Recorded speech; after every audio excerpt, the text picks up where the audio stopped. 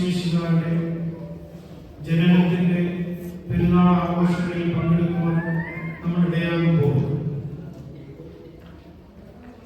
തീർച്ചയായിട്ടും നാം ദൈവവചനാടിസ്ഥാനത്തിൽ ജീവിക്കേണ്ടിയിരിക്കുന്നു എന്നുള്ള ഓർമ്മപ്പെടുത്തൽ കൂടിയുണ്ട്.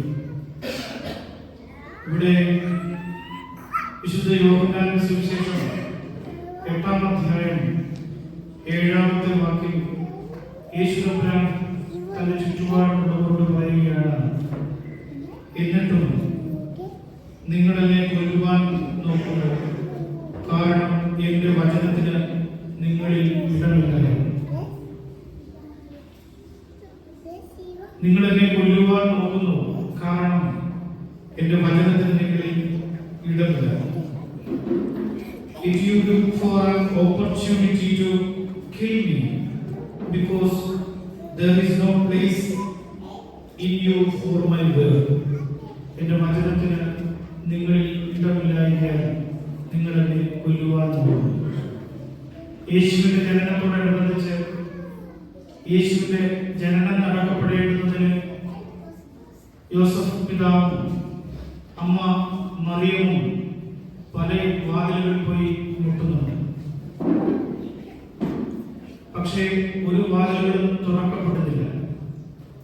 ആ വിധ ഒരു സാഹചര്യത്തിലാണ് യേശുദമ്പുരാൻ മനുഷ്യാവതാരം ചെയ്ത് അതിന്റെ പൂർത്തീകരണത്തിൽ ലൂക്കോസിന്റെ സുവിശേഷം 2-ാം അധ്യായം 7-ാമത്തെ വാക്യത്തിൽ നാം വായിക്കുന്നത്, അവൾ ആദ്യജാതനായ മകനെ പ്രസവിച്ച് ശീലകൾ ചുറ്റി വഴിയമ്പലത്തിൽ അവർക്ക് സ്ഥലമില്ലായ്കയാൽ പശുത്തൊട്ടിയിൽ കിടത്തിയെന്ന് പറയുന്നത്. യേശുവിന്റെ ജനനത്തിലും ജനിക്കുവാനൊരു ഇടമില്ലാതിരിക്കെ പശുത്തൊട്ടിയിൽ കിടത്തിയതിന്റെ ഓർമ്മ കൂടി ഈ ക്രിസ്മസ് ദിവസങ്ങളിൽ കൃപായിട്ട് നമ്മൾ പുൽക്കൂടായിട്ട് ക്രമീകരിക്കുമ്പോൾ നമ്മുടെ ജീവിതത്തിൽ യേശുവിന് ജനിക്കുവാനും ജീവിക്കുവാനും യേശുവിനോടൊപ്പം നമുക്ക് വളരുവാനുമുള്ള സാഹചര്യം പ്രിയപ്പെട്ട നമ്മൾ ക്രമീകരിക്കുന്നില്ലെങ്കിൽ നിശ്ചയമായിട്ടും ഇത് കേവലം ഒരു സെലിബ്രേഷൻ, ഒരു ആഘോഷമായി, ഒരു കൾച്ചറൽ ഇവന്റ് ആയിട്ട് മാറും. This is not a cultural event. യേശുവിന്റെ ജനനം നമ്മുടെ ജീവിതത്തിൽ ആഘോഷിക്കപ്പെടേണ്ടുന്ന ഒരു ഇവന്റായി മാത്രം മാറേണ്ടുന്നതല്ല, മറിച്ച് ദൈവവചനം വായിക്കുന്നവരും ദൈവത്തെ വിളിക്കുന്നവരും ദൈവവചനത്തിന്റെ അടിസ്ഥാനത്തിൽ ജീവിക്കുന്നവരും ദൈവവചനത്തെ ജീവിതത്തിൽ പ്രതിഫലിപ്പിക്കുന്നവരുമായി തീരുവാനുള്ള വലിയ ഉത്തരവാദിത്വം നമുക്ക് മുമ്പിലുണ്ട്.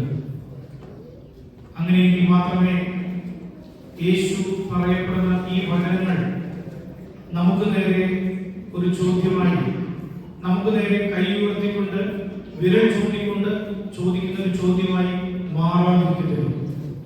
യേശു പറയുകയാണ്, എന്റെ വചനത്തിന് നിങ്ങളിൽ ഇടമില്ലായ്കയാൽ നിങ്ങളെന്നെ കൊല്ലുവാൻ നോക്കുന്നു. ക്രിസ്തു ജീവിക്കുന്ന, ക്രിസ്തുവിനെ ജീവിപ്പിക്കുന്ന, ക്രിസ്തു വസിക്കുന്ന വ്യക്തികളും ഭവനങ്ങളുമായി തീരുവാൻ നമുക്കൊരു പുതിയ വർഷം കൂടി ദൈവം ഒരുക്കി തരികയാണ്. 2025. ഈ 2025 ഈ കാലഘട്ടങ്ങളിൽ ക്രിസ്തുവിനെ കൊല്ലുന്നവരുടെ കൂട്ടത്തിലായിരുന്നുവെങ്കിൽ നമുക്കത് മറക്കാം. ദൈവസന്നിധിയിൽ കരുണയ്ക്ക് വേണ്ടി പ്രാർത്ഥിക്കാം.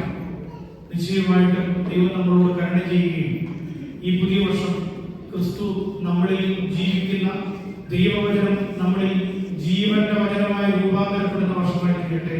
അതിന് നമ്മുടെ ഈ ചെറിയ സംരംഭവും ഈ ശുശ്രൂഷകളും ഈ പ്രവർത്തനങ്ങളും ഇടയാകട്ടെ എന്ന് ആത്മാർത്ഥമായിട്ട് പ്രാർത്ഥിക്കുന്നു. എല്ലാവർക്കും നമ്മുടെ കർത്താവ് യേശു മിശിഹായുടെ തിരുജനനത്തിന്റെ പെരുന്നാൾ ആഘോഷവും അതോടൊപ്പം പുതിയ വർഷത്തിൻ്റെതായ എല്ലാവിധമായ ആശംസകളും അറിയിച്ചുകൊണ്ട് വാക്കുകളിൽ ചുരുക്കുന്നു.